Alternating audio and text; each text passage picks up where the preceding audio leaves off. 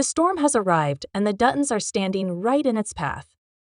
As enemies tighten their grip and the struggle for survival reaches its breaking point, blood will stain the ground in Montana. Nin 23, Season 2, Episode 7, is not just another fight, it's a war. The Duttons have been backed into a corner, and this time, there's no easy way out. Donald Whitfield has played his cards perfectly, bending the law, corrupting the powerful, and striking at the heart of the ranch. But the Duttons don't go down without a fight. It was expected that Spencer's return would tip the balance, but what if it's already too late? Betrayals will be exposed. Revenge will be served. And when the dust settles, nothing will ever be the same again. The walls are closing in, and the Duttons know it. Jacob has been a fighter all his life, but this time, he's not just up against outlaws or cattle thieves. He's up against a man who controls the very foundation of power in Montana. Donald Whitfield isn't just looking to take their land, he's looking to crush their legacy, to wipe the Dutton name from history like it never existed. The legal battle was never meant to be fair. Now, with judges and lawmen in his pocket, Whitfield is making his final move. He isn't coming with court orders or legal documents. He's coming with bloodshed. For Jacob, there's no room for hesitation. He's seen what happens when men like Whitfield go unchecked. The Duttons may have been promised the land, but promises are meaningless when wealthy individuals change the rules. The ranch is on high alert. Every ranch hand, every rider, they all know what's coming. And yet, the enemy isn't just out there beyond the fences. They are unaware of how close it is. A traitor walks among them, someone feeding information to Whitfield's men, ensuring that the Duttons stay one step behind. When the truth is finally revealed, it will shake the family to its core. Meanwhile, Kara is fighting her own battle.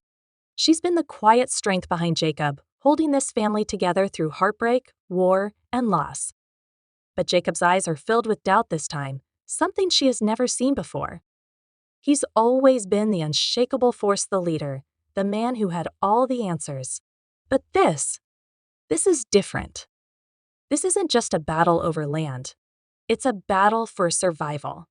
She's seen too many people buried on this ranch, and she knows deep down that not everyone will make it through this war.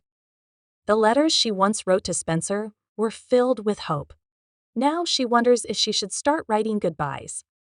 Jack, once eager to prove himself, is starting to feel the weight of the Dutton name. It was easy to talk about legacy and honor when the battles were far away. But now, with bullets flying and bodies falling, he understands the brutal reality of being a Dutton. Elizabeth sees it too. The woman who once dreamed of a quiet life on the ranch now realizes that being a Dutton wife means living in the shadow of violence. And the worst part, there's no escape. The war is here, and if they don't fight, they die. And then there's Spencer, the prodigal son, the warrior, the man who was supposed to come home and save them all. But war changes a man. He left Montana a long time ago, and the battles he's fought since then have turned him into something else, something dangerous. He's seen death more times than he can count, and now it's following him home. He wants to protect his family, but what if the war he's bringing is even deadlier than the one they were already fighting? With the enemy at their gates and betrayal in their midst, the Duttons are out of options. The only thing left is to fight. And in this war, there are no second chances. Darkness has settled over the Yellowstone, not just in the form of the looming threat outside, but within the walls of the ranch itself. The Duttons have always known danger, but they never imagined it would come from one of their own. The whispers started as rumors easily dismissed in the chaos of war. Missing supplies. Near the fences, odd movements. Conversations cut short when certain people walked into the room. But Jacob isn't a fool. He's seen betrayal before, and he knows the feeling of a knife just before it plunges into his back. The ranch hands are on edge. They know an attack is coming, yet every plan they've made to defend their land seems to be anticipated. It's as if Whitfield and his men can see every move before it happens. Then one night, a lone rider approaches the ranch. He isn't an enemy, he's a man who once worked for Whitfield. But even he has his limits. The atrocities he's seen, The ruthless way Whitfield's men are planning to strike the utter lack of mercy has driven him to switch sides. He comes bearing a warning. The attack isn't days away. It's hours. But that isn't the worst part. The traitor is among them. No one is above questioning. Is it possible that one of the ranch hands was coerced into betraying? One of the men hired in desperation when the war against Whitfield drained their numbers? Or could it be a friend or relative? Someone with a Dutton name? Kara feels it in her bones. This isn't just some hired hand looking for a payday. No, this betrayal is deeper, more personal. Someone has sold them out not just for money, but for revenge. And then the truth comes crashing down like a thunderclap. It's someone they trusted, someone they broke bread with, fought alongside, considered family. The revelation is so shocking that, for a moment, silence grips the entire ranch. The accusations hang heavy in the cold Montana air, disbelief mingling with the undeniable truth. And when Jacob finally speaks, his voice is not that of a man betrayed. It's that of a man ready to pass judgment. But the traitor is not just standing alone in guilt. No, he has his own story, his own reasons, twisted and painful. He speaks of injustice, of being cast aside, of suffering in the shadows while the Duttons fought their noble war. He talks about unpaid debts, of promises broken. And for a fleeting moment, some of the men hesitate.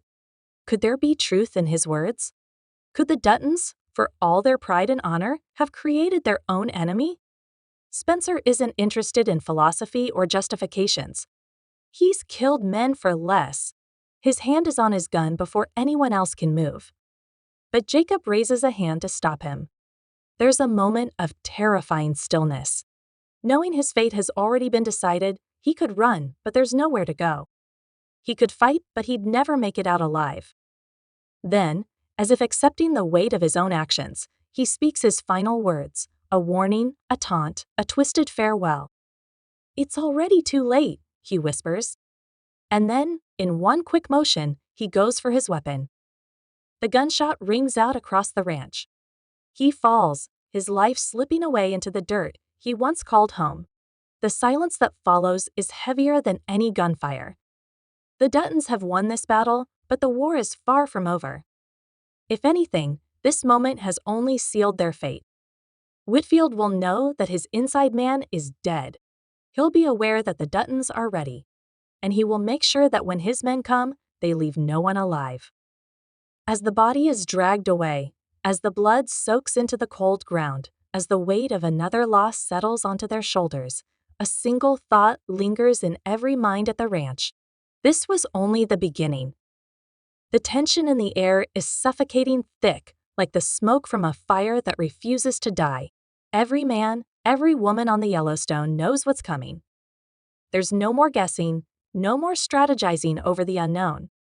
The enemy is moving, and they're coming for blood. The betrayal from within has cost the Duttons dearly valuable time lost, trust shattered, the uneasy realization that even those closest to them can't always be counted on. But there's no room for hesitation now. The fight is no longer a question of if or when. It's here.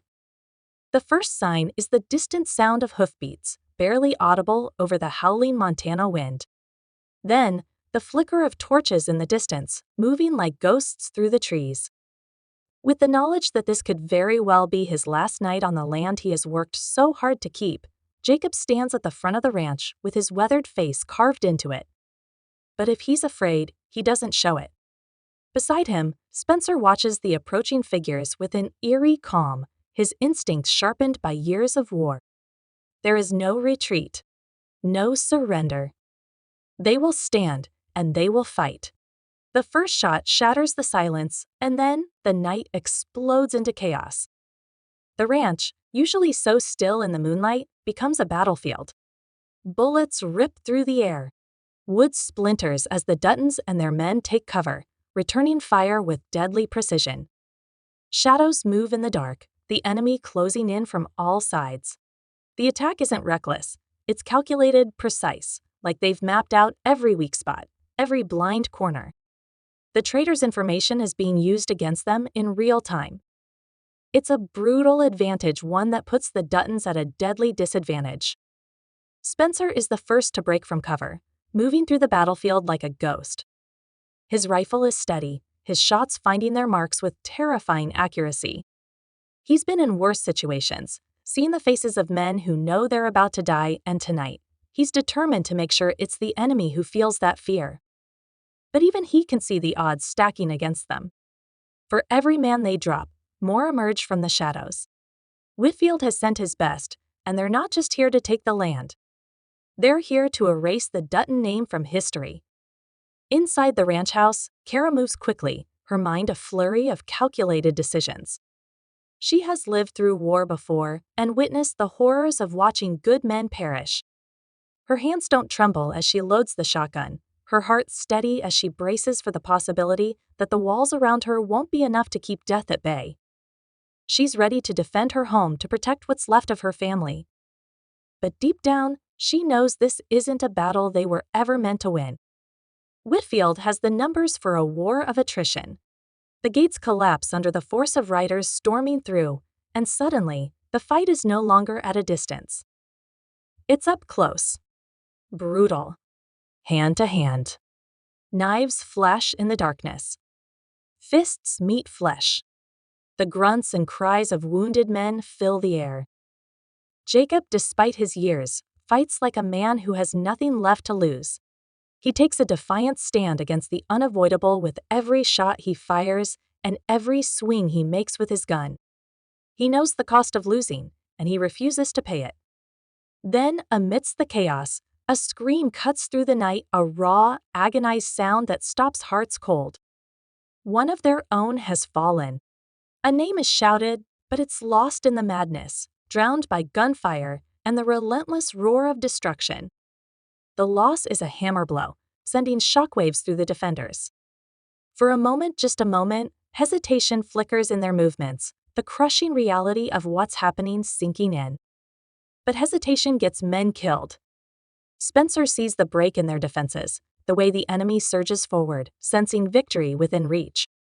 With a primal fury, he charges ahead, his gun empty, his fists the only weapons he has left. He doesn't fight like a man trying to survive. He fights like a man ready to take as many of them down with him as possible. And in that rage, that unrelenting force of will, something shifts. The attackers, despite their numbers, falter. They've underestimated him. Underestimated the Duttons. But even as they push back, even as they force their enemies to retreat into the darkness, there's no time to celebrate. The ranch is in ruins. Bodies litter the ground. And the cost of this fight is far from over. Whitfield may have pulled back for now, but he won't stop. Not until he's won. Not until every last Dutton is buried in the dirt they fought so hard to keep. As the first light of dawn begins to creep over the horizon, casting its dim glow over the battlefield that was once their home, the truth settles over them like a heavy weight. This war isn't over. It's only just begun. The silence after the battle is deafening. The once proud Yellowstone Ranch, a sanctuary built with grit and sacrifice, now stands as a scarred battleground. Smoke curls from burning outposts. The wooden fences are splintered, the fields trampled under the weight of violence. The smell of gunpowder, blood, and something even more sinister fills the air: loss. The sun rises reluctantly, casting its pale light on the destruction, as if hesitant to reveal the full extent of the devastation. Jacob Dutton stands amidst the wreckage, his body battered but unbroken. His hands shake not from fear, but from the weight of the night's bloodshed. He has fought many battles in his lifetime, but this one was different. This one struck at the very soul of his family. He watches as the remaining ranch hands move through the ruins, gathering their dead, tending to the wounded, their faces etched with exhaustion and grief. Each loss cuts deep. These were not just workers, not just hired men. They were kin-bound by loyalty to the land and to each other. His hands still trembled with the fury that had driven him through the fight. He breathed heavily as he knelt beside a fallen comrade. He had experienced war and death in all of its cruel manifestations, but this was personal. He clenched his fists, his heart hammering against his ribs. The enemy may have retreated, but they were far from defeated. This was just the opening strike, a message delivered in blood, a warning that the worst was still to come. Inside the ranch house, Kara moved with quiet determination, her face a mask of composure despite the horror surrounding her. She moved from room to room, checking on the injured, bandaging wounds, offering words of comfort where she could. But even as she worked, she knew the truth. This battle had cost them more than just bodies. It had shattered their sense of security, ripped away the last illusion that they were untouchable. Whitfield had made his intentions clear. He would not stop until the Dutton name was erased from Montana. The betrayal lingered like a festering wound. Somewhere, hidden among the chaos, the traitors still walked free, their hands stained with the blood of those who had trusted them. Jacob's mind raced, sifting through every conversation, every suspicious glance, trying to piece together who among them had turned. The knowledge that someone had fed their enemy, the very details they needed to attack, cut deeper than any bullet wound. He was aware that he had to get rid of the snake in their midst before proceeding. But how do you fight an enemy who hides among your own? As they buried their dead, the mood among the Duttons and their allies was grim. The graves were shallow, dug hastily, their only comfort a few murmured prayers as they lowered their fallen into the earth. There was no time for proper mourning, no time to grieve. The Duttons had to join the enemy's reorganization. Every second wasted brought Whitfield closer to his goal. Then came the next blow, not from an enemy's bullet, but from the law. Riders approached in the distance, not Whitfield's men, but something just as dangerous, men bearing the weight of legal authority. The sheriff dismounted, his expression unreadable as he surveyed the wreckage. Too many bodies. Too much blood. And no easy way to explain what had happened here. Perhaps that was the point. Whitfield wanted the Duttons to be buried under the weight of the law itself, not just broken by force. Jacob and Spencer exchanged a look, both realizing the trap closing around them. If the law turned against them, if they were branded as criminals instead of victims, they would lose more than just land. They would lose everything. The sheriff stepped forward, his voice calm but firm as he delivered the news. There would be an investigation.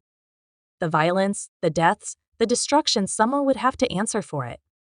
And if the Duttons couldn't prove their innocence, if they couldn't convince the law that this was defense and not revenge, then the war would end not with a gunfight, but with Jacob and Spencer swinging from a rope.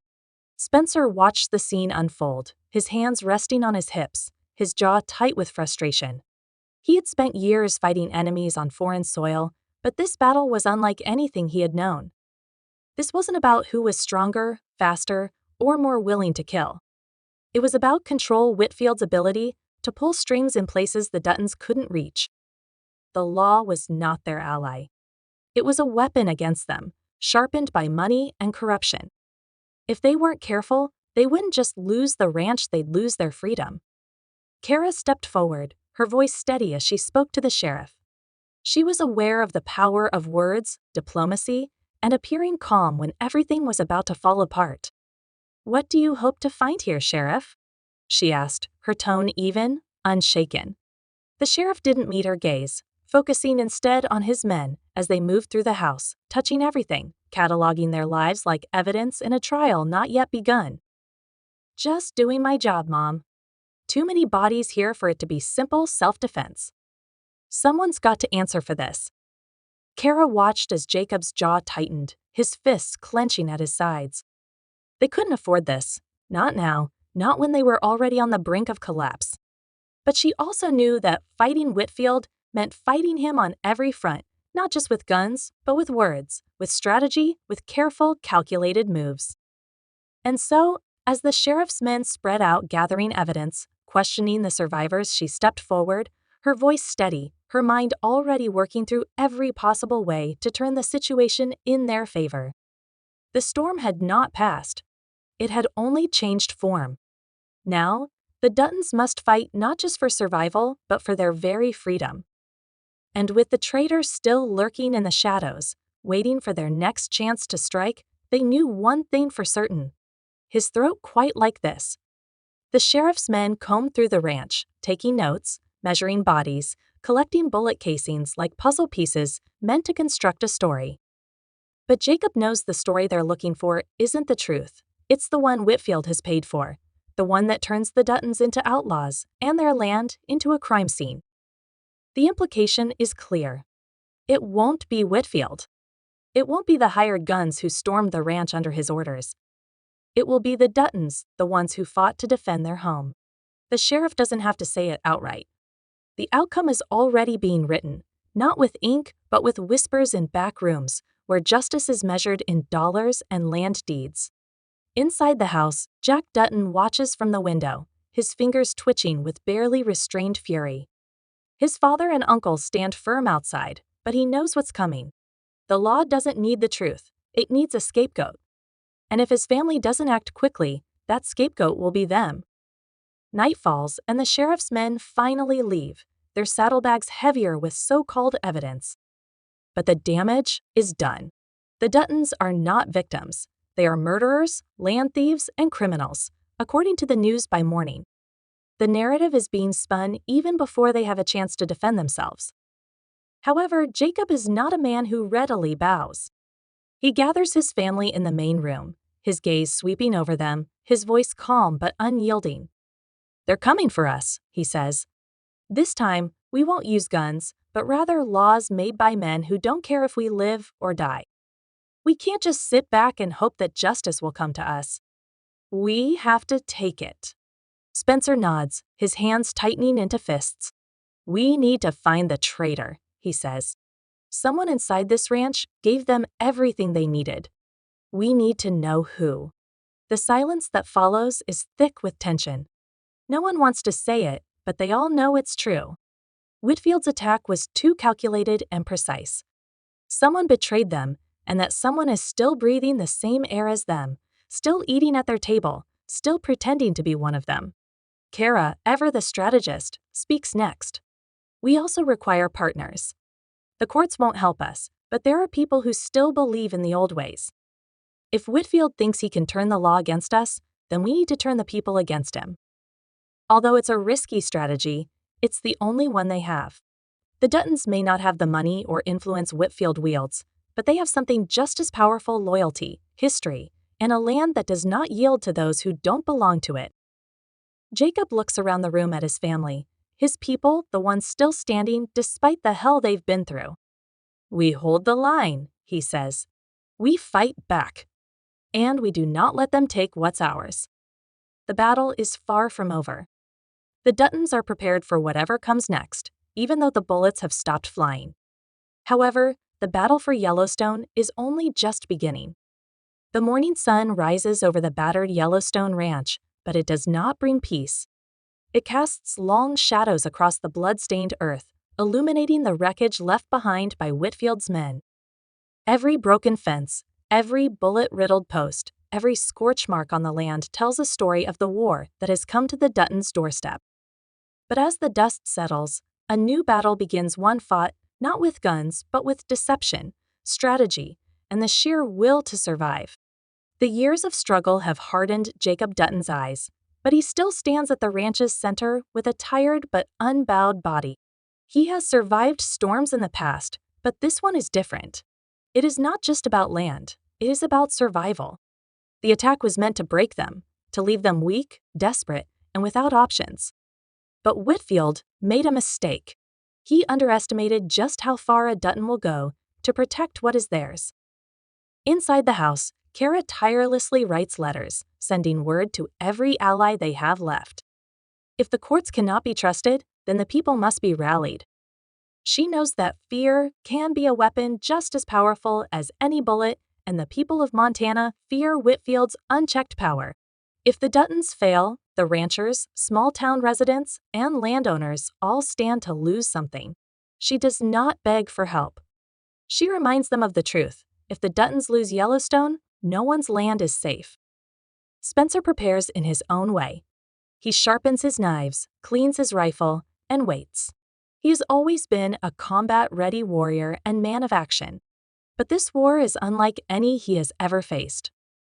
The enemy is not standing across a battlefield. He is hidden in the dark corners of power, pulling strings that reach into places even Spencer cannot touch. However, this does not rule him out of reach. Every man has a weakness, and Spencer is determined to find Whitfield's. Jack Dutton rides out at dawn, heading straight for town. He knows Whitfield's influence is spreading, poisoning the law, corrupting those who were once neutral. But there are still men who remember a time before money ruled everything. He seeks them out, the old lawmen, the retired marshals, the men who built Montana with their own hands. He does not ask for favors. He asks for justice. Fearing the weight of Whitfield's wrath, some refuse. But others listen,